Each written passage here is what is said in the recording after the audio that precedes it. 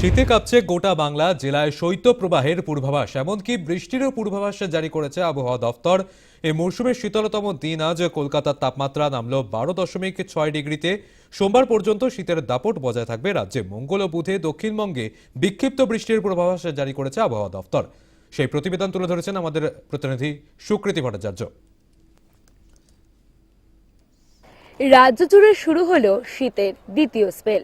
আলিপুর আবহাওয়া দফতর পূর্বাভাস দিয়েছিল ঠিক 10ই জানুয়ারির পর থেকে শীতের দ্বিতীয় স্পেল শুরু হবে। শীতের প্রথম স্পেল ছিল ডিসেম্বরের দিকে এবং যা স্থায়ী হয়েছিল 10 দিন মতো। আবারও শীতের দ্বিতীয় স্পেল শুরু হলো। আজকে 14 তারিখ। সর্বনিম্ন তাপমাত্রা রয়েছে কলকাতার ক্ষেত্রে 12.9 ডিগ্রি সেলসিয়াস, অর্থাৎ কলকাতার ক্ষেত্রে 12 ডিগ্রির ঘরে নামলো তাপমাত্রার পারদ।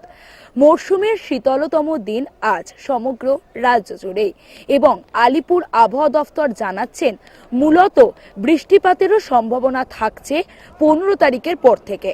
15 তারিখ পর্যন্ত শুষ্ক আবহাওয়া থাকবে এবং তার পরবর্তী ক্ষেত্রে বৃষ্টির সম্ভাবনাও থাকছে রাজ্য জুড়ে। 16 তারিখ এবং 17 তারিখ দক্ষিণ 24 পরগনা, হাওড়া, হুগলি, উত্তর 24 পরগনা এর পাশাপাশি পূর্ব বর্ধমান এই সমস্ত জেলাগুলোতে বৃষ্টিপাতের সম্ভাবনা রয়েছে হালকা থেকে মাঝারি।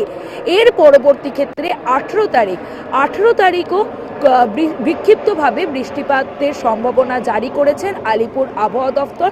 দক্ষিণবঙ্গ এবং উত্তরবঙ্গ উভয় ক্ষেত্রেই 19 তারিখও বেশ কিছু জায়গায় বৃষ্টিপাতের সম্ভাবনা জারি করা হয়েছে।